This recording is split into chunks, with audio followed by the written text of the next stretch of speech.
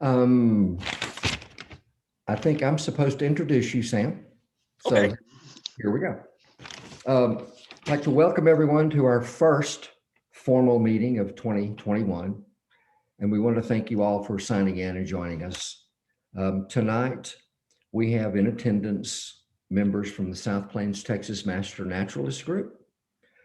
Also, the Llano Estacado Audubon Society is represented, and the Lubbock Master Gardeners Association have members in attendance too. And so we welcome everyone.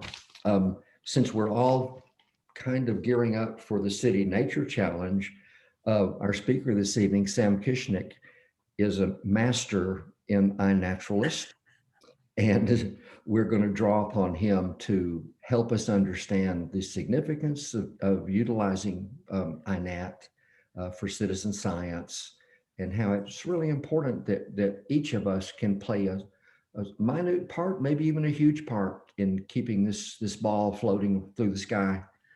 And we're very happy that you volunteered to speak with us. And I would like to throw a thank you to Lena for having the initiative to ask you and then putting all of this together. So thank you very much, Lena. And we look forward to you, Sam. Thank you. I've heard a lot about you.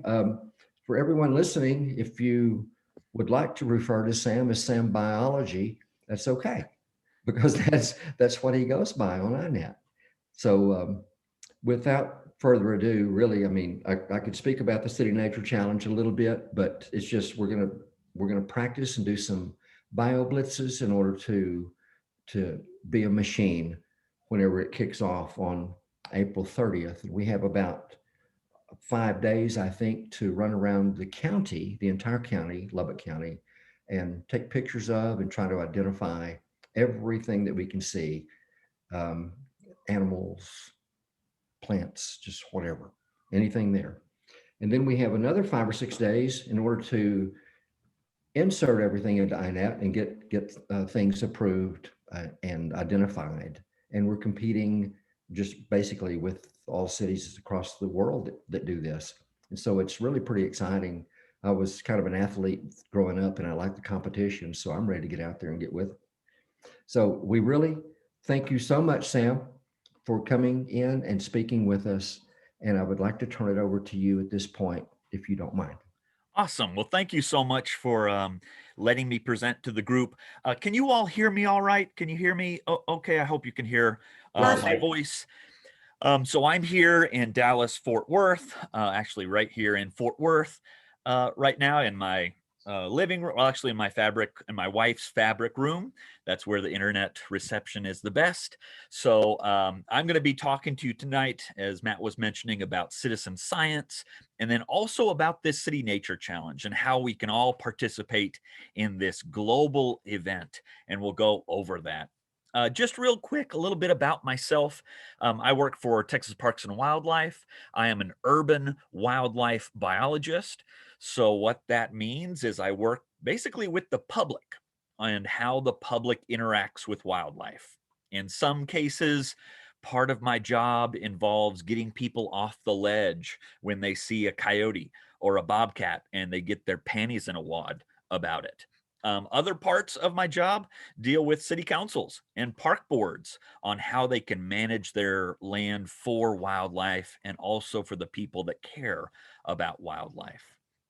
I am a graduate of Tarleton State University in Stephenville, Texas, which is about an hour or so southwest of Fort Worth. My professor, Russell Fow, is going to be presenting to y'all. I did my thesis underneath Russell Fow, and we studied the population genetics of gophers, which was very useful information. I use that almost daily when I'm talking to a city council. After that, I worked at BRIT, the Botanical Research Institute of Texas, as a botanist for a few years. I was also an adjunct professor of botany, zoology, and biology at Weatherford College, a small college here. And then I worked for the city of Fort Worth as a naturalist for the Fort Worth Nature Center. I worked for the city of Mansfield as a nature educator. And then now I'm lucky enough to be an urban wildlife biologist. So tonight I'm going to be talking about something that I am super passionate about. And I'm going to share my screen. Okay, hopefully you can all see that. All right. I'm going to talk about something I am crazy passionate about, and that is citizen science or community science. And then I'll also talk about what the City Nature Challenge is and how we're all participating in it. But I'm going to start out with a question. And it's an interesting question, and I want you to think about it for a second. How many species of grasshoppers are there in Texas? Okay. How many species of grasshoppers are there in Texas? So if I'm reading your minds, you're probably thinking, okay, there's a green one, there's a brown one. I saw a green one with some brown on it, maybe a grayish one. So here's the question. How many species of grasshoppers are there in Texas? And I'm going to come back to this question in a little bit too. So far, we have documented almost 300 species of grasshoppers and crickets and katydids in the state of Texas. That's quite a bit. That's quite a few more than the green one, the brown one, and the brown with some green on it. So there's a lot of species of grasshoppers here. My wife and I have a very healthy relationship. That's what I keep telling myself. We have a healthy relationship. One of the things that we do, my wife is really into fabrics and quilting, and I will drive with her to a fabric store. I'll drop her off at the fabric store, and then I go to the ditch. I go to the ditch outside of the fabric store, and I will flip over logs and flip over rocks, and I will look for bugs. And it's kind of an interesting way to see where the fabric stores in Texas are, because you can see that's where a whole bunch of my observations are outside of it. And if it's a good fabric store, there will be a lot more observations in the ditch of that fabric store. Anyway, we were at a fabric store in Arlington. Arlington is between Dallas and Fort Worth. And it was a good fabric store, apparently. My wife was in there for quite a while. And I was flipping over logs, and I found this little bug, this little insect here, kind of an interesting little thing. It's a tiny little cricket. It's called Myrmecophilus is the genus name for it. Myrmeco meaning ant, phyllis meaning loving. This is not my picture.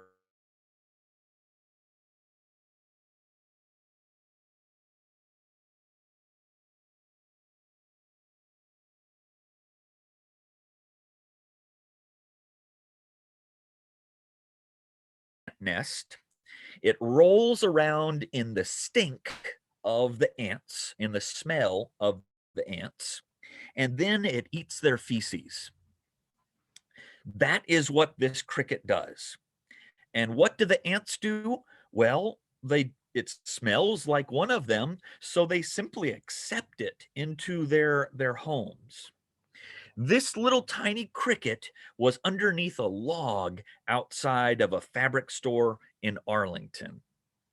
And I'm watching the screen here so I can see many of your faces right now. With a show of hands, how many of you have heard of this cricket before? Anybody? I'm sorry. Is it okay? No, not seeing any hands there. Not seeing it. Most of us hadn't. And the truth is, I had not heard of this little cricket until I flipped over a log. I was looking at some ants, and I saw something that didn't look like an ant in it. So this little tiny cricket was one of the give or take 300 species of grasshoppers, crickets, and katydids in Texas. Who cares? Who cares? Um, would your life have been any different if you had known that this little cricket existed versus it not existing? Would it have made that much of a difference to it? to you? And this is what I struggle with, honestly. And I wrestle with this question a lot. And it is the word of relevancy. Does it matter? Who cares? Who cares about, and insert your favorite critter or plant or fungus here? Who cares about that? And you might say, well, I care about it, or I'm interested by it. Are other people interested by it or care about this thing? And as a master naturalist, some of you are master naturalists or just people that are really into nature, I'm sure that you can develop an argument about biodiversity being important, that the greater the biodiversity means the healthier the ecosystem. The healthier the ecosystem means the cleaner air and the cleaner water and all that sort of stuff, the ecosystem functions of biodiversity. But honestly, who cares about any of that? What is the relevancy of what we maybe care about? And that's what I'm going to be talking about tonight. And it's something, honestly, that I wrestle with a lot. And I hope that you wrestle with it some too. Citizen science or community science is this cyclic pattern right here. And I'm going to briefly talk about it, but I'm going to go back into it a lot during my presentation. We start with a naturalist. Read that as master naturalist, read that as master gardener, read that as person outside of a fabric store in the ditch, read it as just a person that sees something interesting outside. He, she, or they make an observation of something. Maybe it's a horned lizard, or it's one of the 20-something species of birds that Matt was talking about earlier. Makes that observation and shares that observation with the community. The community read that as your friends, your family, your neighbors, strangers, whoever, shares that with the community. The community recognizes that it's pretty cool, or it's kind of interesting, or maybe even it's relevant. They care about that thing. That community starts to advocate for that. They advocate with that, with their voices, with their actions. The land managers read city council, read park boards, read HOAs. They recognize the constituency of the community that are caring about that little cricket or that horned lizard or that habitat, whatever it might be. And they start to manage the habitat for that constituency and for those organisms that the constituency cares about. That management creates new land or manages habitat, creating new naturalists for more observations, and the cycle continues. This is what citizen science is, and this is how we too can participate in this for meaningful, relevant, important changes. And it is this citizen science, sometimes called community science, tomato, tomato, however you want to call it. Rose by any other name is still a rose. It's the involvement of the public in addressing questions. And for our purposes, these are mostly natural questions or questions about biology or ecology or bugs or plants or whatever it might be. There's all different forms of citizen science out there. Some of them look at the stars for light pollution. Some of them look at water quality, like the stream teams. Some of them even look at the flora and fauna in our gut.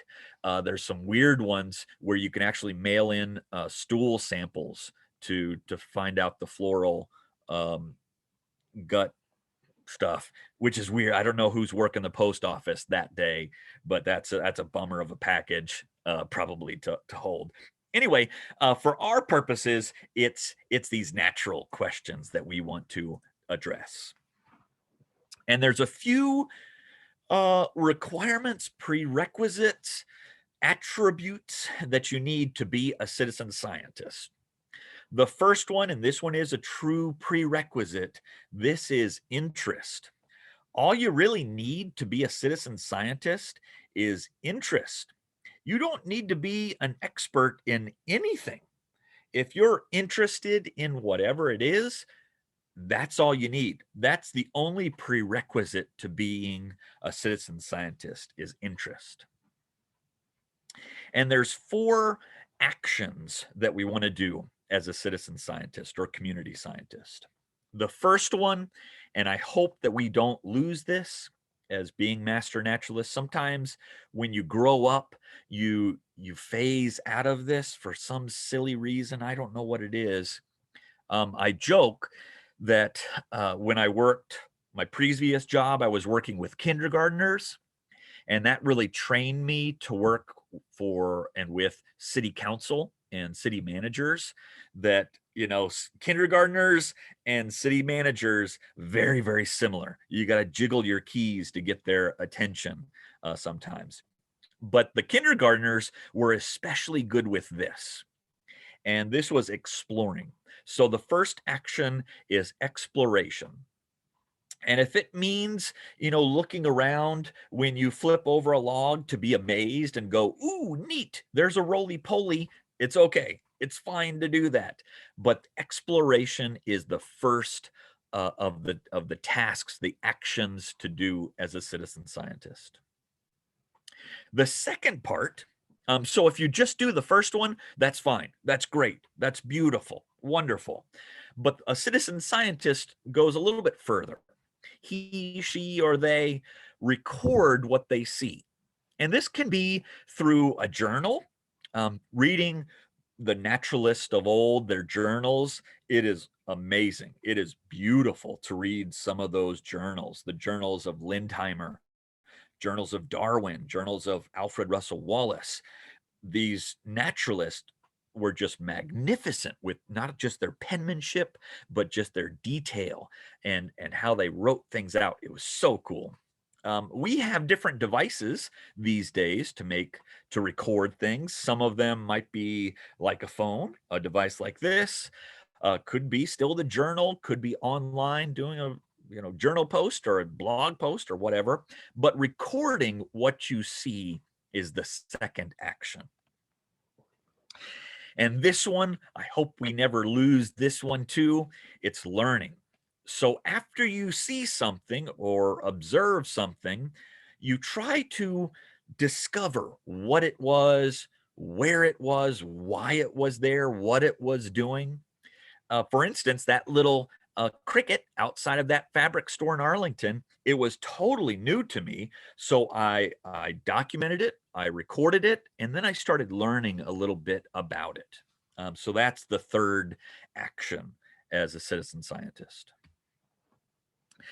The fourth one, and this is where citizen science gets its power, is contribute. So you explore, you document, you learn, and then you contribute. You share what it is that you found, what you saw, what you observed with other people out there. This little map shows documentations of this bird. Anybody know the name of that bird? Real quick, and I'm watching chat here. Anybody know the name of that little bird? It gets up into your neck of the woods, I think. Hey, Charlotte, good to see you. It's a little bit more common out east where Charlotte's from originally. But this bird is called a dickcissel. Dickcissel is the name of this bird. Very good. I see it in chat now. And what the map is showing right here, and if you can't read it, apologies, but the time frame, it goes from January to April to June to September to December. So it shows where this bird is being observed in time and in space. And you can see this heat map sort of grow and then fade. What we're watching here is a lot of singular observations of this bird migrating. So one little observation in Lubbock County there in the Panhandle, it may not seem too important by itself, But when you combine it with all of these other observations, then you get a picture of what's out there, when it's there, and where it is. My favorite tool for citizen science is this. And to say that I'm bonkers about this is kind of an understatement. I am crazy, certifiably crazy about this tool. I'm going to get this tattooed somewhere on my body. I don't know where yet. I'm still thinking of like a lower back tattoo. That way, if I'm wearing a t-shirt, I'm outside and I bend over to make an observation, you'll see the tattoo. Maybe that would be fashionable, trendy. I don't know. But I am crazy about this tool. It's just a tool, but it's an amazing, amazing tool. iNaturalist, hopefully you've heard of it by now. It's really a lot of things. It's a lot of things. But on iNaturalist website, what they say it's this social network of people that enjoy nature, that share their observations with other people that enjoy nature, and help each other learn about what they're observing out there. It started as a master's project out of UC Berkeley in 2008, sort of with the rise of the social networks like Facebook and Twitter and all those sort of things. This developed. And now there's about 1.4 million folks that are using it around the globe, give or take 57 million observations or data points on it. Most in the United States, but it's international too. And it's really amazing where it is growing. One of the things that I like to do, especially on cold days, is I will look at dragonflies of Russia, or I will look at the beetles of Madagascar. I do that through iNaturalist. I go to see what other naturalists are observing around the world, and it's a pretty cool thing that's out there. I won't go too much into the weeds of it. And it's kind of funny when I'm asked to do a presentation, a PowerPoint presentation on iNaturalist. It's kind of like doing a PowerPoint presentation on baseball. I can show you all the rules of baseball. I can show you how to throw a baseball, how to hit a baseball. But really, the best way to learn baseball, what is it? Of course, it's going out there and playing baseball. So it's kind of the same way with iNaturalist. The best way to learn it is simply by going out and playing with it. You can't break it. You can't break it. Or if you can break it, show us how you broke it. So don't worry about breaking it or anything like that. It can be frustrating, but just keep up with it. It's a fun tool to play with. The unit of iNaturalist is an observation. And an observation involves a person, the person making the observation. And I work for the state of Texas. I work for the government, so I can say this. If you have a device like this, we know where you are. We know where you are.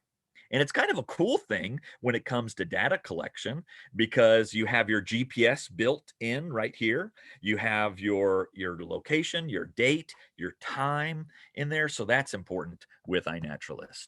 So we have that little bit of data and then also evidence. So what it was that you saw, we'd like to know what it is, what it looks like. So you can add evidence by a sound file or by a photograph. And here's where it starts to get fun, is it's not just a picture, but it's also data. Matt mentioned earlier about the competition of being involved in something like this. And what's really neat with the competition like this or by iNaturalist itself is by yourself, it might not be too important, some of those little data points. But when you start to combine them with all of the others, you get cool pictures or you get cool pictures of what's out there, not just the pictures of the organisms. This little butterfly I observed there, and you can see the date, June 9th of 2016, and I was observing this at Cleburne State Park. So it put a dot on the map of where this species was in space and in time. I was working with a group of students, or as they're known in the college system as revenue units at Texas Christian University, TCU. And we were documenting the different things around campus. And this is one of the little things that we observed around campus. If you're not familiar with it, it's called a green anole or anole or anolis, depending on who you talk to. But a few of the students found this little lizard around campus. Congratulations. Well done. You found it. It exists there. Okay. Not too relevant or important, perhaps, by itself. But when we take a step back, we can see that it's seen, okay, it's been seen in the Dallas Fort Worth Metroplex. We'll take another step back. I've seen where it's seen in around Texas, not quite up to your neck of the woods in the Panhandle, although maybe some of you have seen this before out in Lubbock. But you can see where it's seen in some of these big urban areas. Now, some of you may think, maybe this is just a sample error, that this is just where people exist and people have the device, so maybe it's just that. And you're right, it could be. But when we take another step back, pretty soon we're seeing where this species exists in space and in time. I want you to look at this picture. Anything interesting about it? Do you see anything interesting about this? You're probably seeing, okay, this lizard is found in the southeast part of the United States, but wait, there's a few observations over in California, and man, these lizards went on a killer vacation in Hawaii. And you'd say, is this natural? Is this normal? Well, this little lizard is a native to Texas, but an invasive in Hawaii. Someone probably brought this lizard over either through plants or maybe through an animal cage, got bored with it as a pet, released it, and now we have populations of this lizard over in Hawaii and up or over in California too. You can see where a tool like this can become important. This is a beetle called emerald ash borer, and it was an 11-year-old kid that was playing with iNaturalist that observed a green beetle, a little green beetle in his backyard, and bam, that was a new species for Dallas Fort Worth, for North Central Texas, for Texas outside a little bit of East Texas. So this is a tool that we use to see new invasions of species or new species in the area too. Now, iNaturalist is more than just an app, and it kind of cringe a little bit when people say iNaturalist app. Because it's true, there is an app for iNaturalist, just as there's an app for Facebook, there's an app for Twitter, there's an app for Gmail, there's an app for all sorts of stuff out there. But those are bigger things than just the app. The same thing is true with iNaturalist. However, there is an app for iNaturalist too. So if you have a smartphone like an Android or an iPhone and even a Windows phone too, you can have the app for it. It's a free app. And I didn't mention that earlier.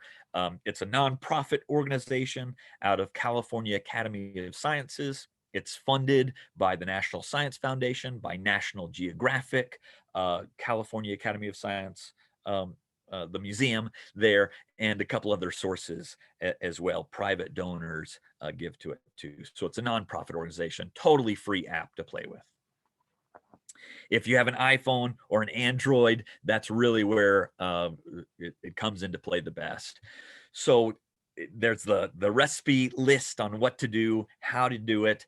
But again, the best way to do it is simply like playing baseball, getting a ball and a glove and a bat or a stick and hitting it around.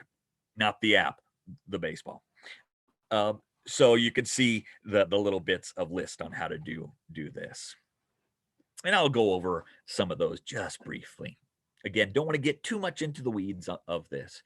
The first step for it, and this is honestly where I lose a lot of people, is that it requires a login. So you have to sign up for it. And you're probably going to say, oh, another username, another password to remember. Well, with this, you're not going to put in your social security or any sort of personal information. So you can be sort of lenient with your username and password on this too. And I'll mention her in a little bit on how to obscure observations. If you don't want people knowing what's in your own backyard, you can obscure the locations of that too. But it does require a touch of information for the login. So you need a username, a password, and that's what you sign up with. So we'll get the app, we sign up with our username and password, and we want to go out and make observations. We click on the add observation, and this is where we add evidence, in this case, a photo evidence. So I took a picture of this lovely little plant. Don't call it a weed. It's not a weed. It's a beautiful, magnificent little plant there. I took a picture of it. A neat thing about this app too is you can add multiple pictures to each observation. And what can be frustrating sometimes is, especially with plants and with some keys and some people that are observing them or identifying them, they'll say, well, you need to look at the underside of the leaf to count the hairs at the base of the veins to tell the difference. And you go, okay, well, I didn't get a picture of that. So it's a learning process. It's a learning process here, but making multiple pictures helps with that.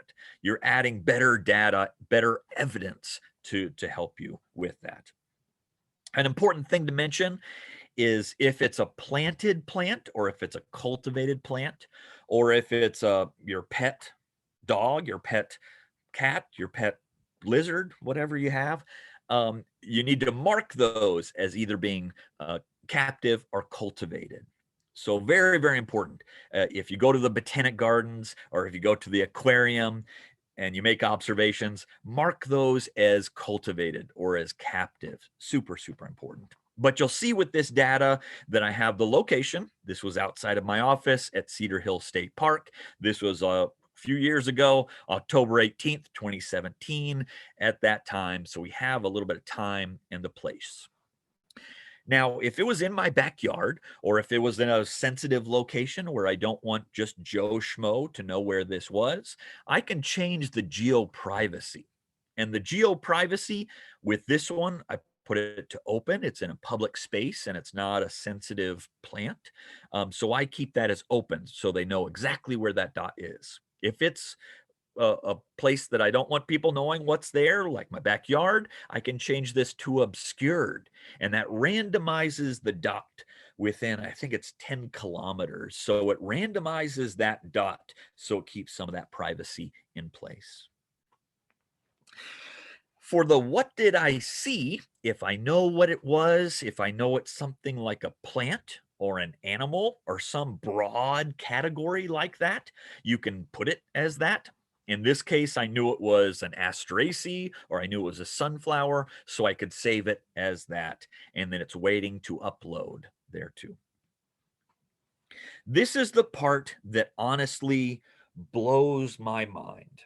And the people that have created this, the folks there at iNaturalist, they've tried to explain to me how this works. And each time it goes right over my head. But there's a visual algorithm that this tool uses. And I'll give you an example of what it is. So I'll go outside. I will take a picture of what I see. And then I'll click on the what did I see view suggestions. And then it takes the picture of what I saw and it compares the pixels of that image to thousands, millions of other images. And it gives me suggestions on what it is that I saw. To me, this is mind blowing. This is mind blowing that it takes a picture and it gives me suggestions of what I saw.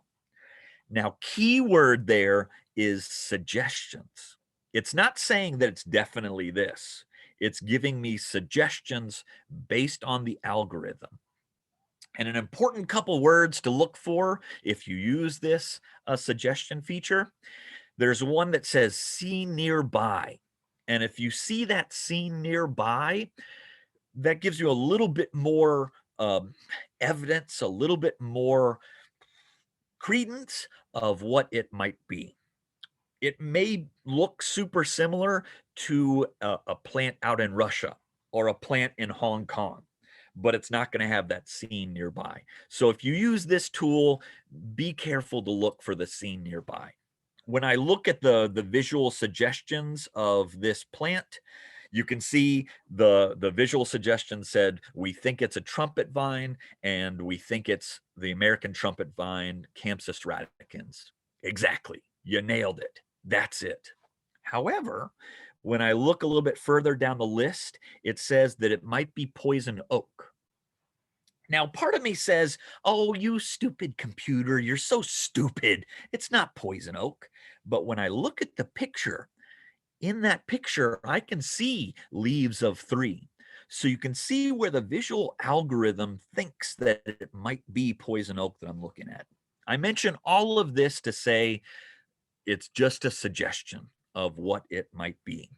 Now, after I upload it and after I save it to iNaturalist, that's when other folks like Lena, like me, like Charlotte are out there using this tool, and we'll come in and verify or say, oh, we think it's this, we think it might be something else. And maybe sometimes it takes a little while for that process, but other people come in and verify that human touch, verify it and say, yes, that this one is trumpet vine, or this one, isn't poison oak, and all that sort of stuff. The best way to get those verifications or visual suggestions is by taking multiple pictures. So this lovely plant that you can see in the distance right here, anybody know what it is? Anybody know what that is? Plant. I'll accept plant. And tree, maybe. Dicot. Yeah, that's about it. That's about as far as we can get with this photo here. It's a lovely photo off of my Windows screen, but plant is pretty much as far as we can get with this. So the best way to get a verification or identification of this is to get close to the plant, get closer to the critter. And I really like plants. I'm a plant guy at heart. Plants don't mind if you take pictures of them. They don't mind. They're pretty easy to sneak up on as well. So, multiple pictures of plants, that's a good thing. With this one, I grabbed a hold of one of those big old acorns, the big leaf, and I'm able to tell, this is bur oak or Quercus macrocarpa, macro meaning big, carpa meaning fruit. Big acorns on this plant. It's very important that we go out and find wild critters, wild plants. It's true that there are elephants in Dallas. Fort Worth has giraffes. We do, absolutely. But they're behind a cage, or they're in a cage. There is tremendous diversity at the Fort Worth Botanic Gardens, or at the local botanic gardens up there in the Panhandle too. Tremendous diversity, but that's all cultivated stuff. So what we really want to search for is the wild organisms, things like squirrels, weeds. These are important, interesting things out there, like our lovely henbit, which is probably blooming right now in your neck of the woods. Very, very important. And almost every time I go out into the field, I bring my hands with me. And with my hands comes a built-in scale. So I will put my hand behind the plant. It helps the camera focus on that too. I'll put my hand behind it if I'm grabbing a grasshopper or some bug that doesn't sting, or maybe it does sting. That's how I learn as well. With this top grasshopper, you can see that it's not 8 inches long. You can see it's just, that long in between my fingers. And it's true that my hands are different size than your hands, but it gives some idea of how large or small something is.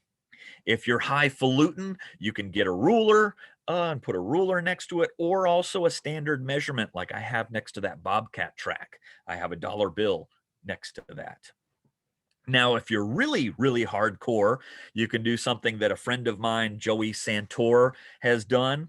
He actually got it tattooed on his finger of a ruler. pretty hardcore. He's got a YouTube channel as well called Crime Pays, but Botany Doesn't. It's a great YouTube channel. However, be aware there are curse words on this. He's from Chicago originally, so he does say bad words. But he has a built-in scale with that tattoo on his middle finger there, which is a bummer because it's already fading a little bit and it's not as calibrated as it was when he first got it. So we might have to get touch-ups sometime soon. So this tool to me, and it's the reason that I am crazy about it, is I really consider it revolutionary. As naturalist, as conservationist, as environmentalist, sometimes we fear devices like this. And I'll maybe do a question to the group. How many times have you been out on a bird walk or out enjoying nature and you see everybody else glued to devices like this? Have you seen that before? And sometimes you'll shake your head and you'll go, kids these days, or something like that.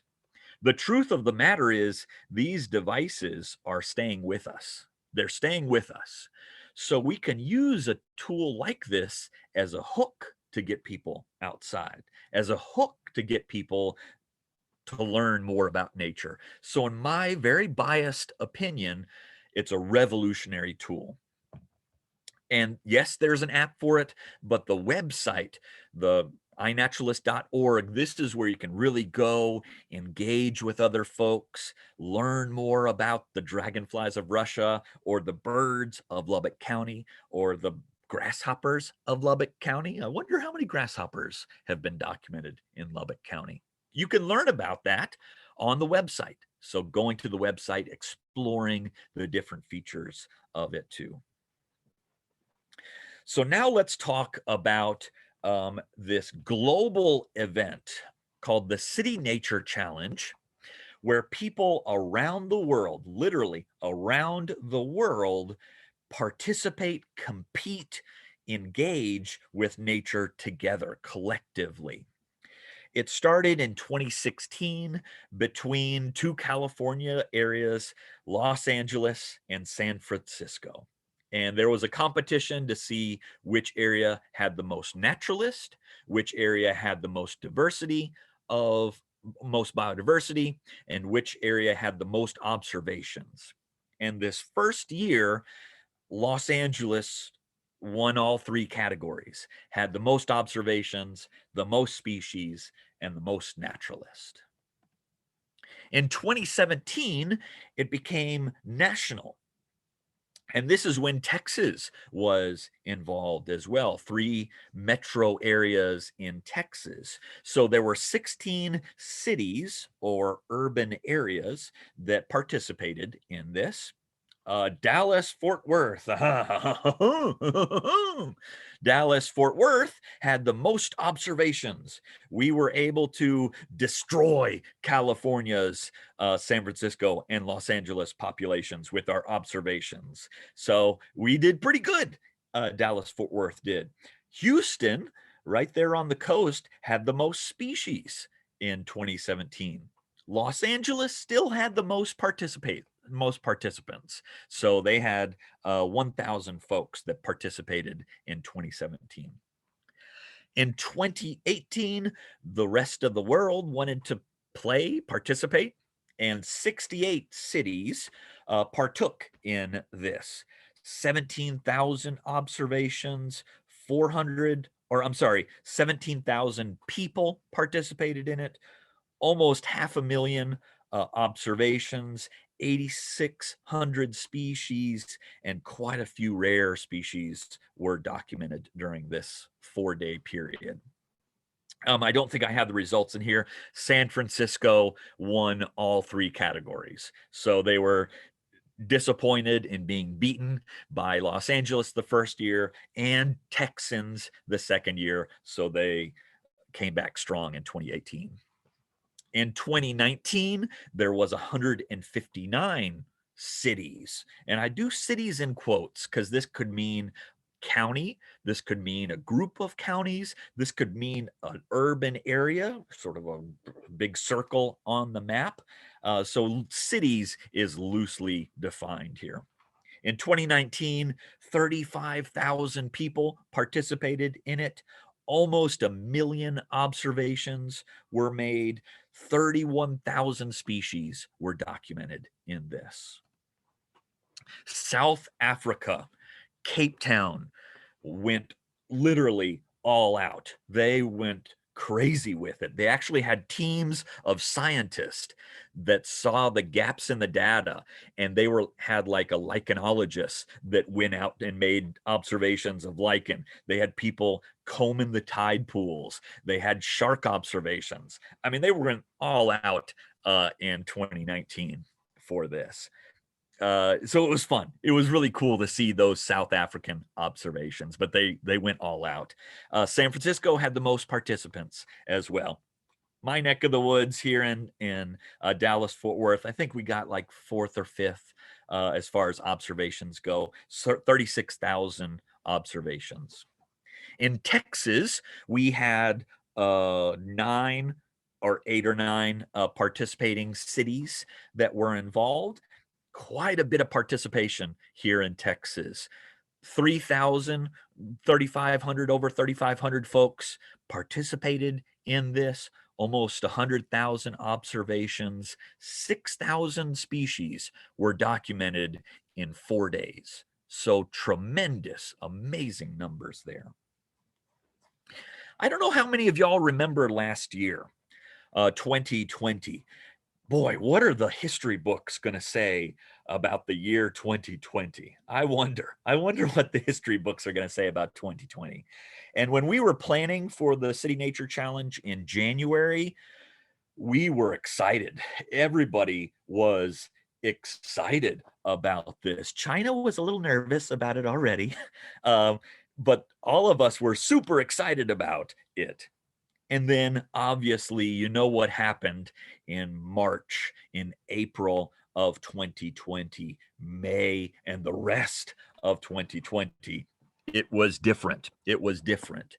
So we changed the outlook of what the City Nature Challenge was. And I say we, the people that planned this and that worked together with our own areas, we looked at it a little bit different. And we said, it's not really going to be a competition. It's going to be more of a collaboration.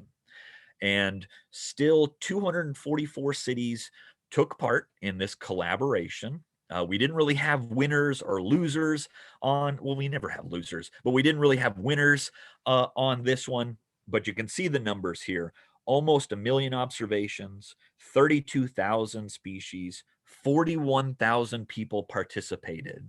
And some of the areas, and this was in April, areas like Italy, the participation that Rome had was people making observations of spiders inside their houses, people making observations of little bugs in the corner of their apartments. So it was definitely different, but still people participated in it.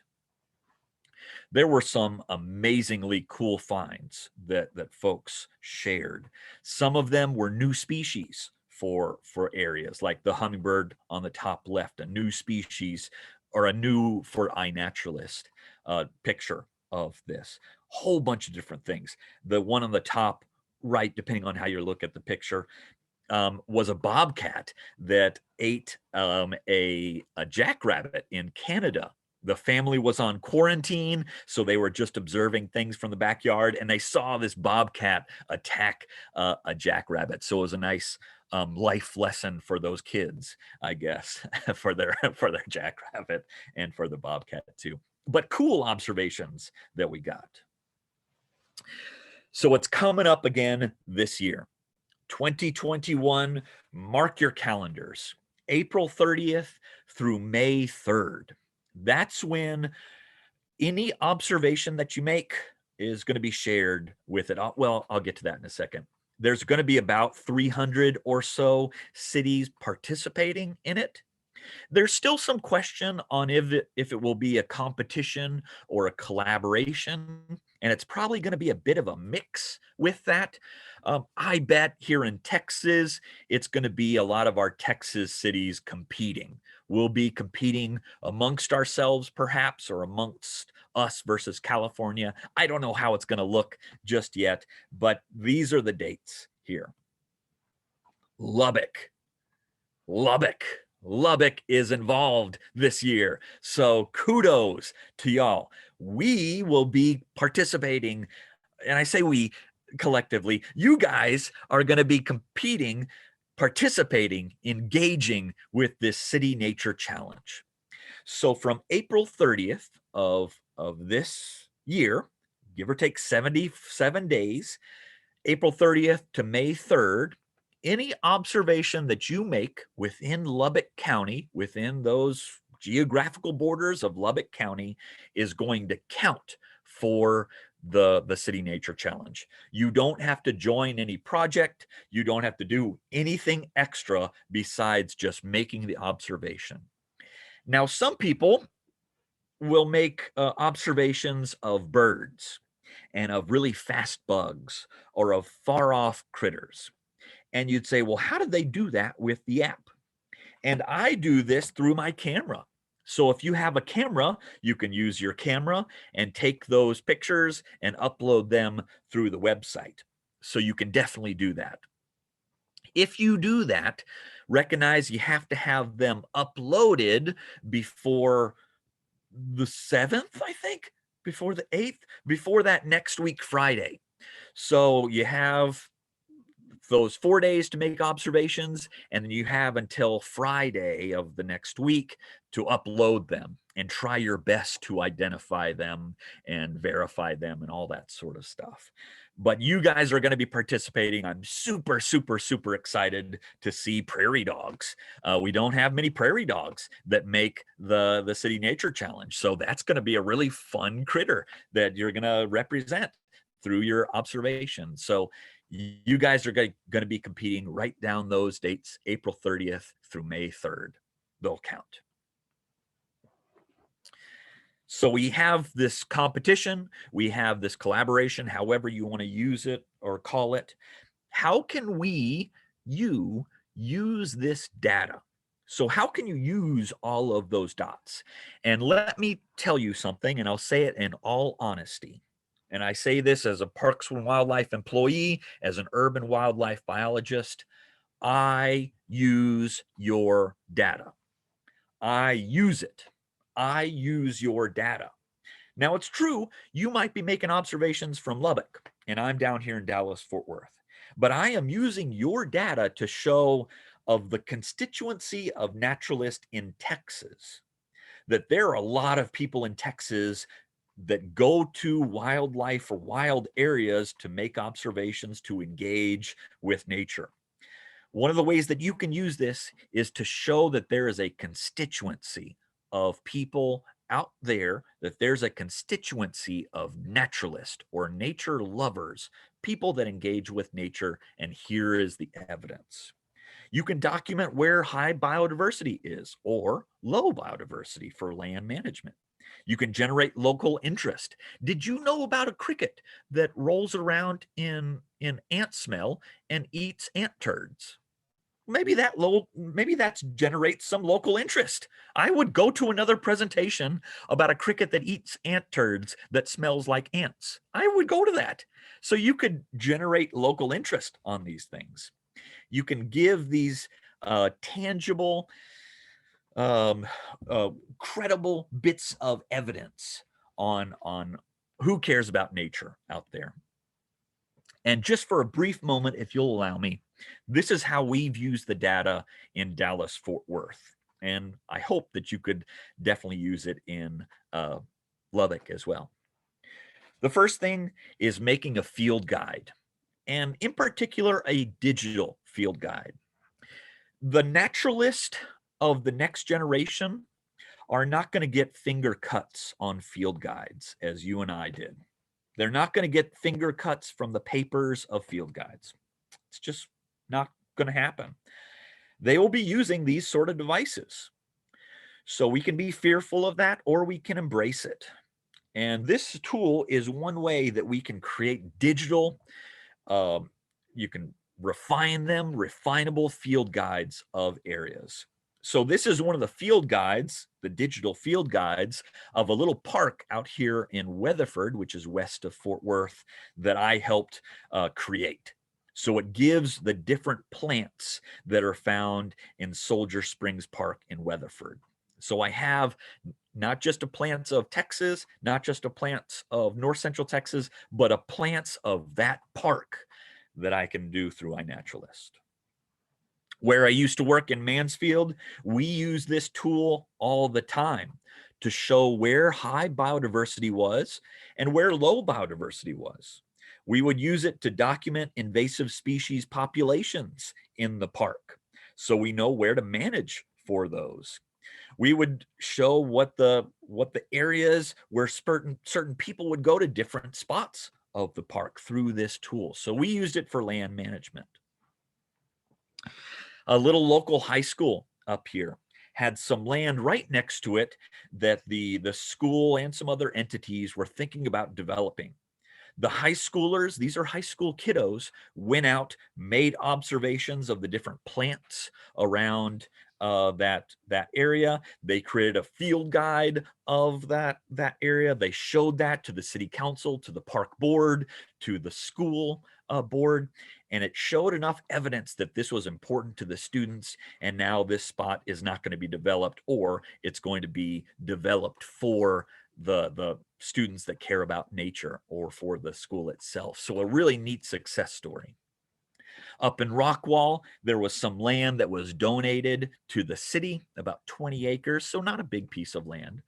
But one of the park board family members came to a bio blitz of the City Nature Challenge of 2016, had a great time, and said, "Hey, Sam, would you mind leading a little bio blitz out here at this new land that we got?" And in a few hours, we documented about 300 species there. Not extravagant species, things like poison ivy and ragweed and snails and bodark. So not super extravagant species, but over 300 species. We took this to city council, we took it to park board, and they said, we need to save this as a nature preserve. And now it's Pettinger Nature Preserve in Rockwall. So there are neat successes like this that have happened, that do happen with this. And all of it goes back to that original question of who cares? Is nature important? Is it relevant? Does it matter? And I can't give you the answer for it. Maybe it's a personal question. But as master naturalist, as naturalist in general, I think it's kind of our duty to show others that it is important, not just to us, but also to them. It is relevant, I think, to all of us. Nature is.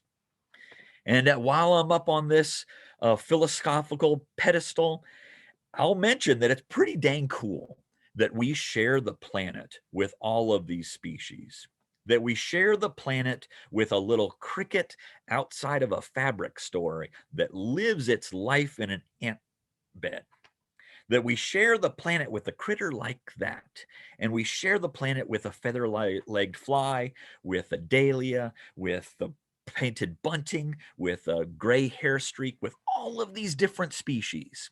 And I think iNaturalist, or citizen science in general, is a great tool that we can use to share that excitement, but also that realization that we share the planet with a lot of cool critters out there.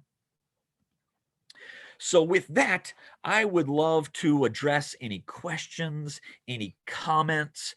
Real quick, if you're scared to ask me online here, there is my there's my email address, sam.kieschnick@tpwd.texas.gov. Literally the longest email that I could get. They gave it to me. But I'm also on iNaturalist, and my username, and it's probably going to be by my tattoo, is Sam Biology there. So I'm on iNaturalist quite a bit. I probably check that more than I do my work email. So send me a message there. I'm going to close this screen, and I'm going to stop sharing that and look at the discussion. Good. Got some happiness about the City Nature Challenge. Rockwall, Christina, you're from there. Very good, very good. With that, I'll open it up for anybody that has any questions or comments or anything. If you have any pocket gopher questions, I'll address those now.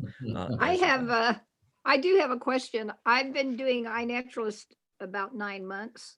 Great. And mostly with birds. And so on our bird walk last weekend, I took a couple of dead weed pictures, the flower heads that were really cool looking. Yeah. And I put them in there and it came up with a whole bunch of stuff. And I had no clue. So I didn't enter them because I didn't know what to do with it. So what should us novices do in that situation? Great question. Love that question. And I'll actually use an example from just a few days ago. I saw a picture on iNaturalist that was posted, and it was this fluff of white stuff on the ground. And I thought at first, this is a slime mold. Someone else came on there and said, no, it's a fungus, not a slime mold. Someone else came on there and said, that's a tissue paper. That's a weathered tissue paper on there. And it shows what's going on here. When I make an observation of something, and the person that observed it, they put it as nothing because they had no idea what it was. And that's okay. It is okay if you're out and you observe like a dead plant, the flower head of a dead plant, but you have no idea, no clue what it is. That's okay. And also join the club. Thank you for your honesty. And if we're being honest with each other, when we're outside, the most unasked questions that we have internally is, what is that? What is this? And we're all asking that question. So if you see something and you have no idea what it is, but you know it's a plant, if you put it in by that broad category of plant, that narrows it down at least a little bit to maybe the people that are subscribed to the plants of the Panhandle or the plants of Texas. That's one of my subscriptions. I look at the plants of Texas. So just by adding it as a broad identification of plants is probably better than if all the suggestions, if none of them say seen nearby. If none of them say seen nearby, then it's probably not one of the suggestions there too. But if you know it's a plant, that broad identification of plants is still useful. Does that make sense? Did I address that question, Nancy? You did. So you have to put something in there, right? No, you can leave it blank. You can leave it totally blank, like with the tissue paper or slime mold that I dealt with from a few days ago. The observer put that as blank because they had no freaking clue what it was. And I think they even said, is this animal droppings? Well, sort of with tissue paper, sort of it's animal droppings. Yeah, so they didn't enter it in as anything. They left it blank just for whomever to put in there. Now, I have noticed that sometimes when you leave it blank, totally blank, there are some people on iNaturalist that help modify the unknowns, and they may give it the broad identification as plant. So if you put up a feather of a bird and you give it no identification, you might get an identification of bird. And you'll say, thanks a lot, jerk. I know it's a bird. But it's just a person on there that's trying to put it as a little bit of a narrower observation or identification than nothing. So the helpful hint was that seen nearby. I had not noticed that on the options. And so that'll be something that I'll look for going forward. So Absolutely. Thank you. Yeah. And it doesn't mean that one of the suggestions wasn't right and it just didn't have a seen nearby. The seen nearby means, has it been a research grade observation within, I think for the sake of Lubbock County, within that Panhandle region in the last year or something like that. There's all these different algorithms that they use to measure that. But if you don't see the seen nearby, be extra cautious with it. Thank you. Absolutely, Nancy. Good question. Yes, Arla, I saw that finger go up. What was the name of the app to download? Sure. Let me show off my tattoo real quick. Hold on. Oh, okay. It's called iNaturalist. So I Okay. like the letter, and then naturalist like the name.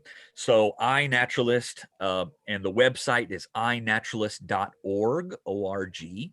So if you want to look at how to send messages to folks, I saw that as one of the questions. If you look at how to send messages, you can't really do that through the app.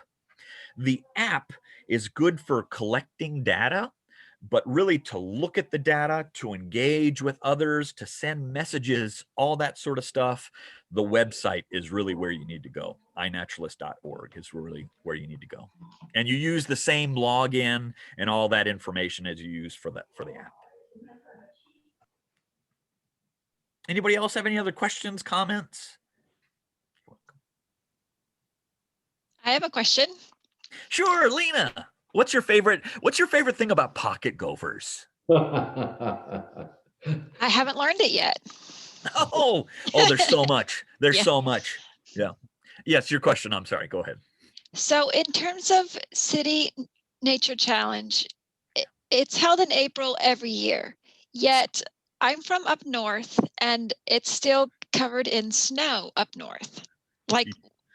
So do they have any plans to normalize it or have it held a few times a year? Yeah. I mean, is there anything? Great question.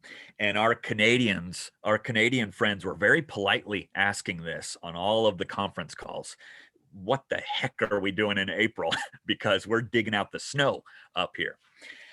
And yes, it has been something that we've had a lot of discussions with the people that participate in it. I think since it has been standardized as kind of a late April thing, that it will continue to be that. However, there are a lot of other events that go on. For instance, we here in the North Central Texas area, the 6 Master Naturalist chapters down here, we have our own competition in September, a fall competition of which Master Naturalist chapter can have the most observations and do their own little City Nature Challenge here. So in some areas, they do the same sort of thing. Canada, they have their September-ish competition up there. But with the global City Nature Challenge, I think they're pretty fixed on this late April day, which is very true. It's kind of a bummer for, I mean, even y'all in the Panhandle, spring is not quite sprung up there, No. and you're still getting freezing temperatures perhaps in late April, early May. So it does make it a challenge. But I'll also mention that our Canadian participants still make observations. And they make observations of animal tracks or of animal evidence or of, dead, dormant plants. And these are still good pieces of evidence. But I hear you, totally hear you there with Lena, with that question, Lena.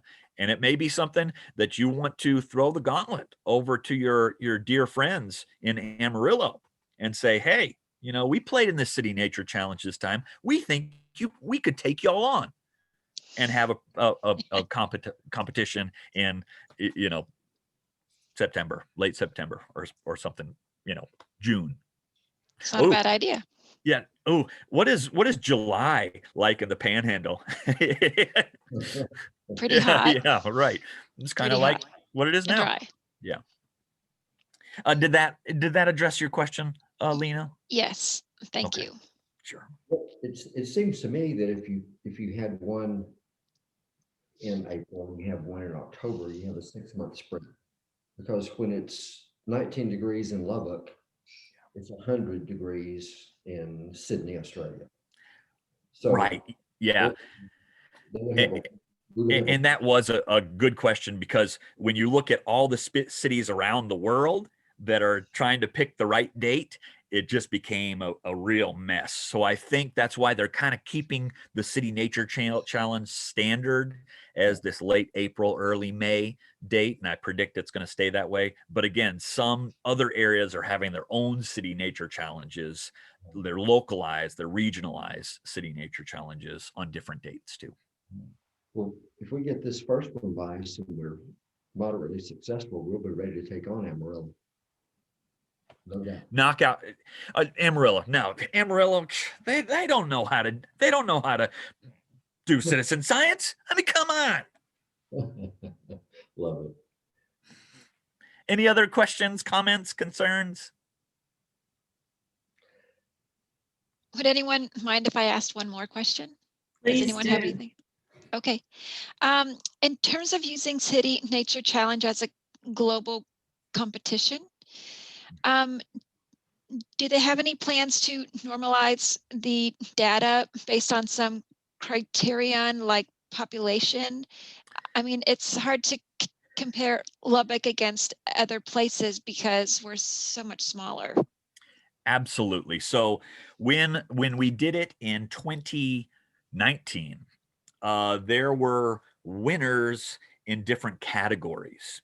So Okay. they had like population per capita areas. They had the most observations per regional size, per population, per seasonality, all of these different metrics that they used to give their winners, pats on the back. And that's the other thing that's kind of weird about all of this is you kind of don't win anything, but you also don't lose anything. And I would argue that even if you don't win over some other city, that you can still win with that data and use that data for the purposes of influencing city council members or helping with land management guidance and all that sort of stuff. And that's how we did it in Dallas Fort Worth. Even the years that we didn't win, my coworker and I and other organizations still used all of that data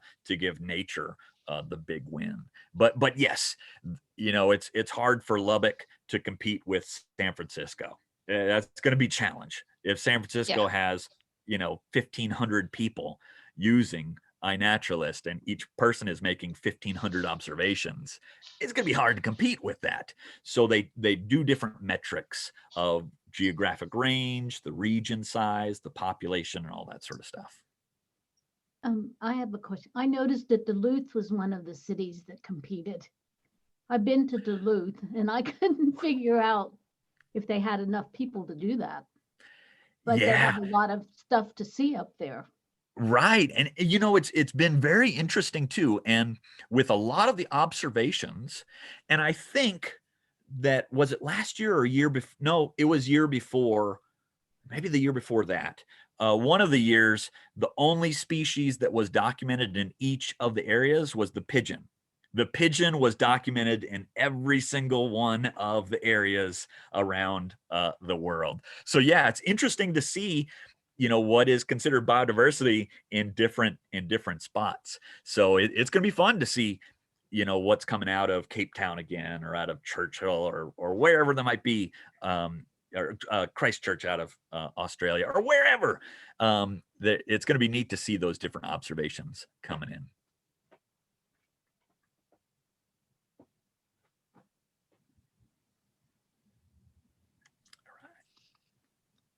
Well, if there's no other questions, thank you so much for spending a little bit of time. I hope I didn't go too long. I went a little bit longer than I expected, but thank you so much. If you are a master naturalist or a master gardener, I'll also say this on behalf of the state of Texas. Thank you so much for your service. Thank you for your dedication. We need you now more than ever. So thank you, thank you, thank you. I mean it in all sincerity. Thank you so much for everything that you do. Very kind. Thank you. All right. This has been a fantastic presentation. There's so much information presented in a way that's interesting. Sometimes I might get a little yawny in certain areas. You keep me on the front of my chair, and I thank you so much for that. It was all that cricket that eats the ant turds that kept you on the edge of your seat, right? That's it. That's it. And I'm going to ask about the favorite species of gopher the next time I see Russell. Perfect. I'll let you know how it comes out. Good. Well, thank you. And thank you, everyone. I would like to throw out a little note to John Wallace for making our involvement in the challenge possible. Thank you so much. And I hope that we do a fantastic job and represent the county and the city as we should. Thank you so much for that. Sam, thank you. Thank you. Sam, thank you so much. I look forward to hearing from you again. Okay, thank you, everyone. With that, everyone, be sure and put your hours in. Thanks, Sam. Thank you so much. Thank you. Really appreciate it. Bye-bye. Bye. Thank you.